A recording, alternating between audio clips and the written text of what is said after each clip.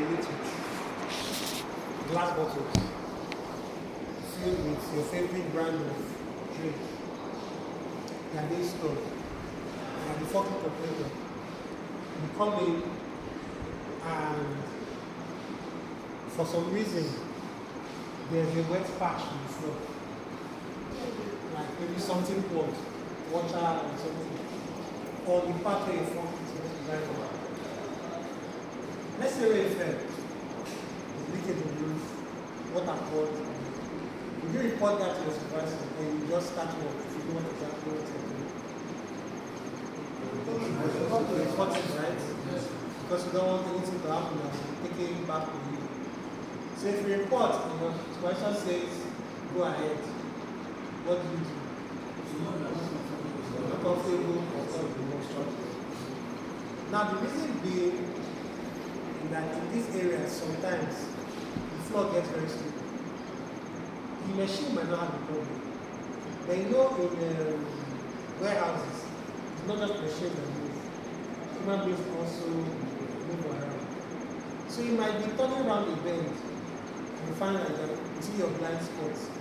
Somebody has had an accident due to that moving around school. And then when something happens, they will not blame the person that slipped and fell. They will blame you that was before it. Why didn't you see the person and speak back? Why didn't you start the operation if you knew that this place was wet? That's one. If you are carrying a load and your forklift is rated for 25 tons and somebody wants to add something to the load that's weighing about 2 tons, would you let the person do it? No. Because your safe working load will not permit more than 25 tons. If you come in the morning, not to operate your forklift, and you notice when you put one of those levers that your forks are not rising as they should, what do? Report to your supervisor immediately because something more defective something more serious might be going on. And what you don't want, what you can avoid, is you're in operation and something happens. Because once that happens, it's always going to be your fault. You cannot avoid hazards. That's something I always say. They will always come. In fact, the moment you wake up in the morning, you start to face hazard. You have to stand up. Am I right? I heard a story that if you stand up too fast, you can faint. If you just wake up and just rush and stand up, you can faint. I heard on that one that if you go to the bathroom to pee, and you can pee to the point where your blood pressure just lowers and you collapse in the bathroom. Or you can wake up, the first thing you hear is your phone going off and you answer is your wife. She tells you what bad news. Hazards everywhere. But the one my friend say he likes is that you can wake up in the morning and hear a sound and check on your phone. You see debit alert while you're in bed. So hazards cannot be avoided. It's just for us as human beings to take precautions to ensure that those hazards, when they come, the ones we can eliminate, we eliminate, right? That's why Paul said that it's a good thing for a man not to marry. See, the Bible, they tell not to marry, don't marry. However, if you marry, it's still good. So that one can eliminate the hazard. When they are going to eliminate that one, that will come. Okay. So you cannot eliminate it. What do? You reduce it or what? What's the word you use? Substitution. You have to find something else that I can use in place of it. Right? When substitution, what do you mean? Like having safety devices like that are around. Yes. So in case that never comes up, you can attack it and that way the other is reduced or substituted. And whereby it has to be there, don't marry. You cannot run from this. So what do you do? To take steps to ensure that it doesn't worry you at certain times. There's a reason why in the morning, for those people that are sitting in vehicles, everybody will open their bonnets, they check the oil, they check the water. Some of them will even turn on the engine to make sure the engine, the sound the car is going on very well. We do that even before we move. Some of us that have been sport in safety, we will now go around checking our lights to make sure our indicator lights are working, our brake lights are working, our headlights are working. Because we know that during the day, something might happen with those electrical components. Even as you leave your house, something can happen. The day I drove from, I was working in a apartment.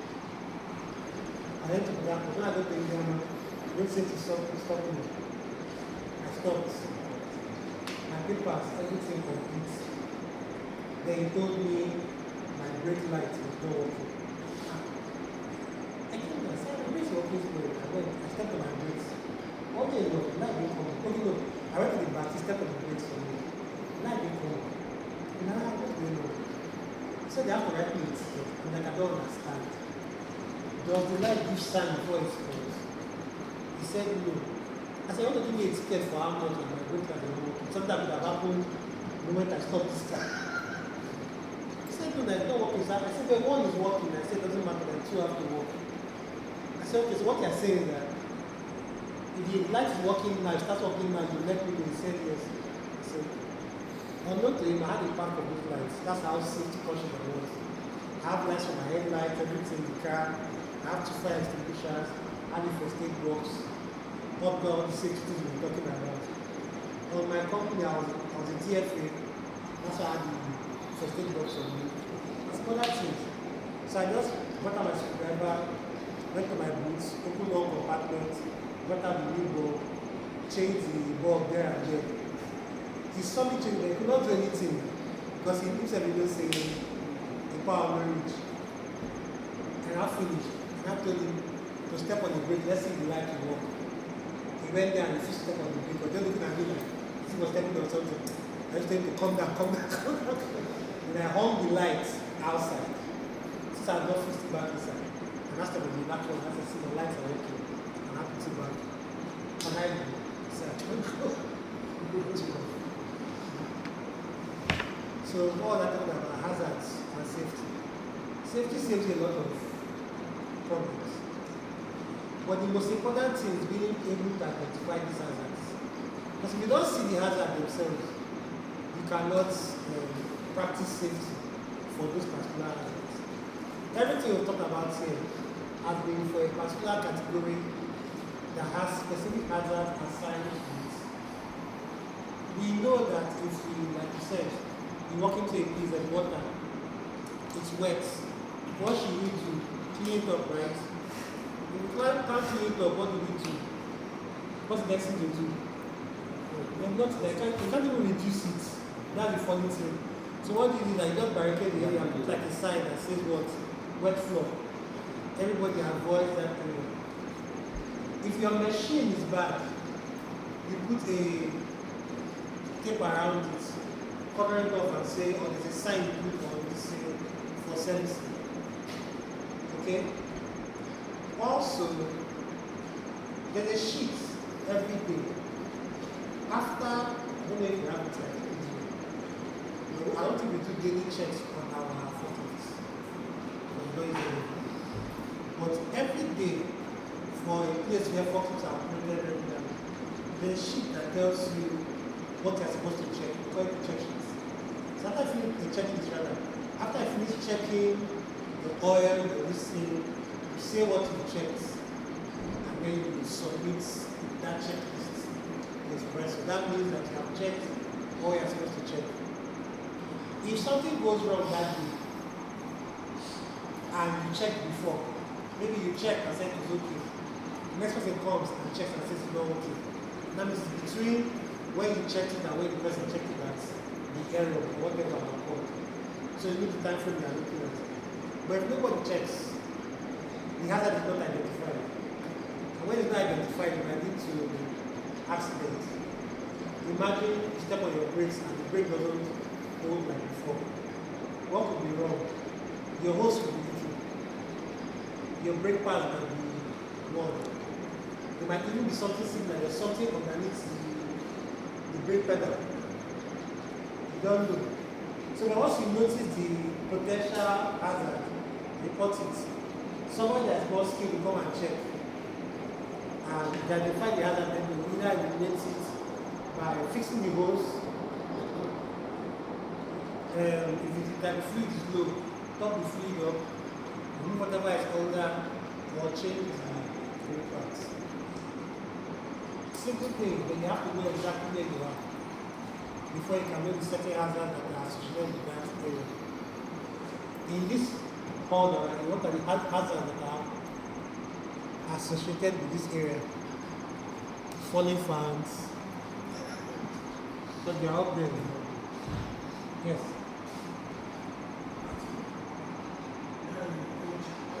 Electrical fault. Yes. Fire. Fire, yes. Is this showing where the buster point is? No. Where is it? Outside. This way, right? But I always ask, what if the buster point is on fire? What if the fire is that big that even the busting point of the fire, they where did we go? Are we allowed to scatter?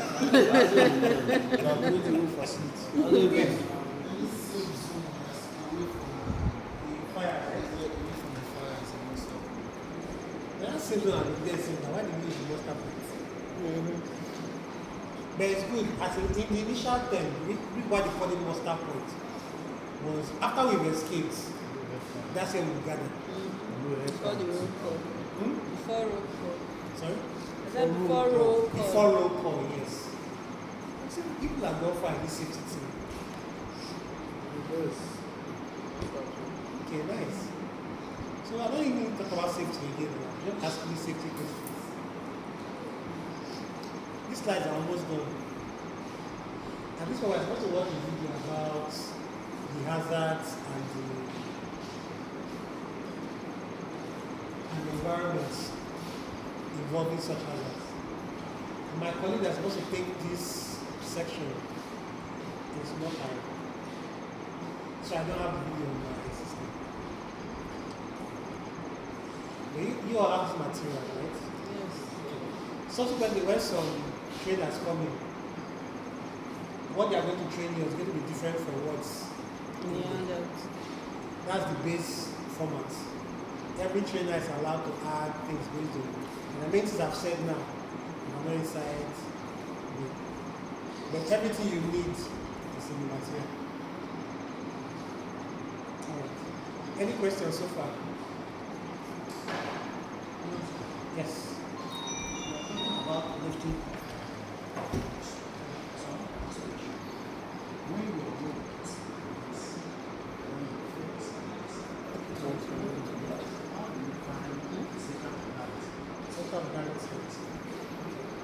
as in how?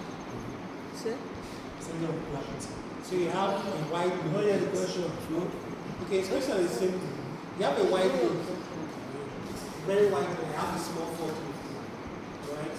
So how do you find the center of gravity? Now for regular physics, you know the center of gravity is always down towards Middle. middle. Right?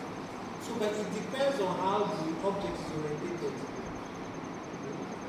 So what's always down the middle? If the object is not straight, if it's like an irregular shaped object, the center of gravity can shift small on the side. Yeah. It's up to you to find it. Now, here's the sad part. It's still around the middle. It will not go too far from the middle, but it shifts. That's why on the forklift, you have two cords. Okay, two forks, there are two. It's like your two hands. If you want to lift this table, if you lift from this end, you lift only one side. Yeah. If you come here and use one hand, this table will move backwards. Yes. Stand. But if you lift under, maybe it's light enough, and use your two hands, you can spread yourself in pointing exactly things at different points, and then you can lift it. At that point, you don't need to be at the middle. You don't need to know where the center of gravity is. There's assume that you've covered it by spreading your Like when you're carrying that 70-inch TV and you're afraid you don't break, you never carry it like this. You hold it very close. But like I said, if that thing drops, yeah, you're taking it. You have to see. Okay. Any other question? That's good. I want to use the restroom. It's there. You know where it is now.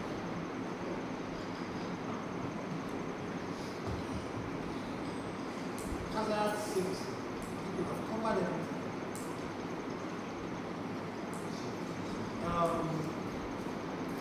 Like I said, the initial training, we were told you guys are coming for crane operations, right? Yes. That's what we heard. Forklift and crane operation. We heard that it has changed to just forklifts. You know what happened? No, sir. No, I don't know, sir. Well, you know, You know, I don't like it. before you ask the question, I don't know. You wanted to say I don't know. See, if we are dealing with cranes, forklifts are not that complicated. The different forklift operations are all the same, but the different types of forklifts is what determines what you do. There's no forklift that has 7 forks. They only use 2 because that's the standard. Every forklift is designed to lift load up. Apart from the telehandler that is designed to lift up and away, all the rest just lift up and once.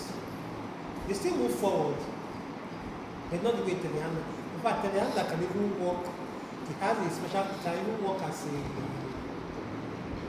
What do you call this? so I don't see folk people using still get bucket for the back. Small bucket, yes, like Tuza. I'm not seeing that one. Ah, It's a forklift. yes. Especially like telehandler. That thing is versatile, very versatile. Excavator. Have it, You can actually change the attachment from forklift to this. yes. Then, yes. By getting the machine, forklift, if the forklift have issue, is there any sign that the forklift, the engine is giving the operator? Okay, what I mean to the operator is inside where it's having issues. Okay, even on your generator, every machine, even my laptop here is a machine. It's already giving me signs that I've had this since 2016. That's 10 years now. Not traveling. It's the right track to be moving something and then Transfer. the mouse pad is just moving by itself. I don't complain. I just press the B key to stop. We are that close to ourselves. But I know it's having issues. You as the operator of the forklift, you need to tell from the sound, from the way it handles, sometimes from even the way it smells, can perceive some kind of smell, that something's wrong with the engine. But the main thing we try to avoid is to let it get to that level, which is why we have checks, daily checks, weekly checks, and then when it's time to service, always service. Even though they'll get to a time where you cannot avoid the problems, because now the forklift is what? It's old. It's due for changes. In fact, the reason why it's even due in our setting is that there's no machine that was meant to be used forever. They are meant to use it for a couple of years, and then even our vehicles. My car, not this one, anyway, you're gonna have a Port Harcourt. I've had that car since 2006. Actually, 2007. That car has been for close to 20 years. I can't change the car for the same reason I can't change the laptop. We are like this now. My mechanic, when I first got the car, we were friends, your mechanic, we see almost every time. Now I can drive that car for a year. Mechanic will not see me. Why? Almost any problem that car has, I know how to fix it. So you don't do very close to I don't do you so. It's only when I don't have time, I'm not say, okay, let me go and do servicing somewhere else. But any other issue, oh, I hear this sound, I know it's because I've not changed what do you call that thing? The air filter. I'll go and buy new air filter. Dismantle it myself because I have 2 now. change the it. It will start at first, there's something to start. After I don't leave the car for 2-3 months, I don't start it. I don't have any issues. They have to call me. So sometimes they really want to call me and ask me how far is it. The same thing with your machine. Okay? As it gets old, it gets to a point where you and this machine are friends. You are supposed to change it. But no, you cannot just change your friend like that. It has problems, don't worry, I can handle the problem. Why would I want to go and buy a new one when this one is still working? You understand? So that's what we go through here. In other countries, what they do is that they salvage these things. So I think they've been using for about 7 years. They buy a new one. In fact, what they do is that as the machine is working, they are keeping money for a new one aside. Then when it's time, they'll sell the old one and then they'll buy a new one. Now, what happens when they sell the old one? When the old one arrives at somebody else's desk, the person is meant to change certain parts of the machine because those are the parts that are worn at that point in time. We are assuming that servicing has been done properly, everything else is okay. This part of the machine should be changed as a company. And then your own number of years for you should be less. You cannot now change at least for around 7 years. No, to be less than that. But here we don't obey such things in this part of the country. This part of the world, when I say this part of the world, it's not just us. Even the Chinese that we look up to. The reason why the Chinese have the advantage is that they manufacture most of those things there. So they have to change. In fact, to change them is easy for them. It's our area. It's like we now. Just people said that I found to make a Gary in Brazil. Who knew about that? In Brazil, they actually have machines that help them produce. Gary. We were still using hand to turn this. Although I appreciate the turn machine because it has the human element to it. And I don't think you can use machine to produce something like that. You have to be there yourself to do that kind of thing. So I appreciate it. But other parts of the world, they are using other methods to create this to make life easier for themselves. And if you are creating, You see that your machine is having getting issue. So you have small faults. And you know that this fault, you can manage it as the operator, you can do it. Can you have right to do it? okay, so as the operator, you see problem with the machine. Your basic knowledge, start fault to see. Nothing else applies to it. Inform them. Let them tell you what to do next. If they say manage it and you can manage it, then take note because you are trying to manage it. If something happens, so I saw we say, not in fact, even the right written notes, they will claim that it's not them that wrote it. Especially on facilities of what IOCs, they take safety very seriously. So the advice is simple: if you notice a problem, cease operation. But even if you are working and you notice it, and then you just tell you you've seen a problem, you will drop everything and come down. Let's solve the problem first. Right. So machine failure is something that we want to avoid because it has too many implications. There's a cost side where what you are working with might get damaged and we have to pay repair cost for that. So on that part where because of that problem, the machine itself can develop before a bigger form and lead to more. There's some videos we watched last time where somebody was using a forklift and they made a sharp turn. The forklift toppled over. Now the operator was flung underneath the top carriage. So they had to actually lift it up. And so there's the environment damage, there's the product damage, equipment damage, and the injury to the operator. These are things you want to avoid at all costs. So if you see a problem, that's what you do. The reason why some companies, many companies now have safety departments, so they can be ensuring that all the safety precautions are taken. They push something from the hand of the operator, company safety department. So if safety does see something that is wrong, they have the right to stop you from working. What your supervisor MD says otherwise, if safety says stop, stop. Not even because they have the power, but because they've seen something. Even if they are being vindictive, like they don't sabi anything, they say make stop, stop. You understand? You have the final say at that point. So if you see a problem, that's all. Let them tell you what to do. As long as it's the machine, if you brought the machine to work, it's your machine, you have no problem. Like my laptop now is problems. You can ask me to produce a document. I cannot say, oh, my arrow move, my cursor moves around by itself. I cannot say that.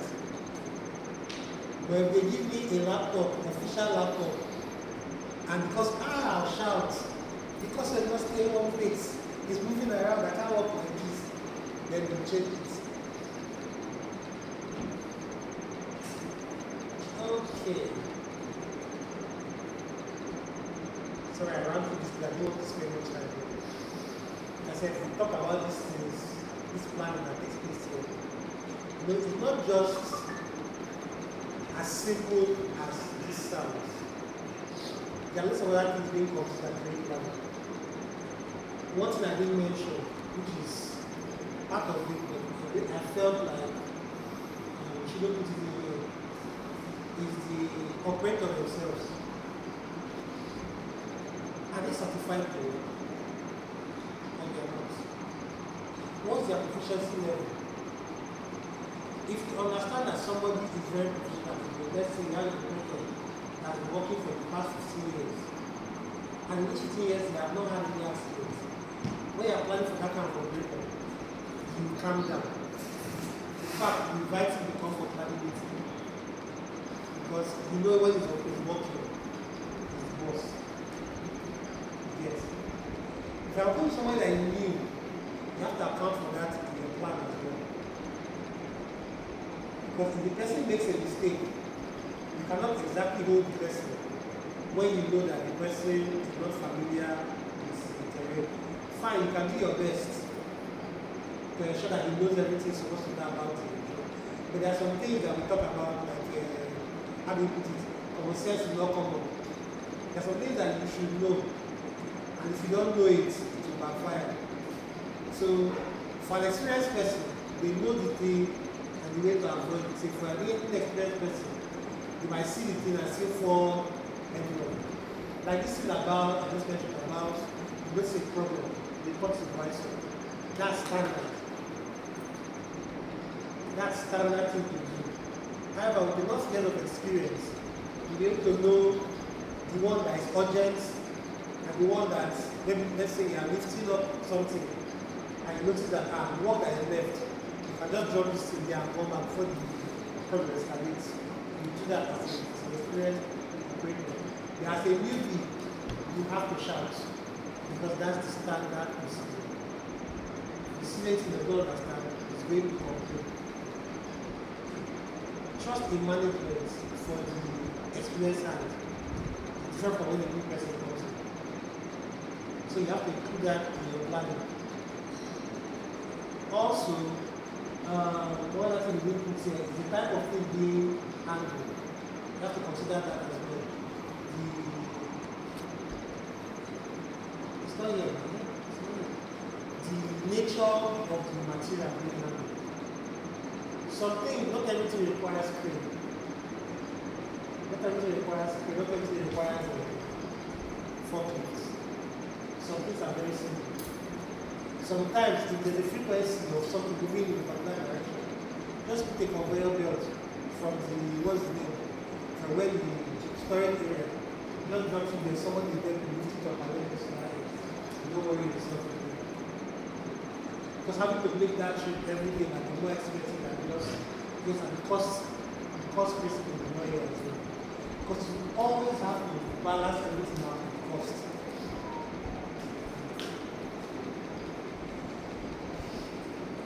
Okay. What are my thoughts? 1 hour 30 minutes. Let me tell you what time your break is.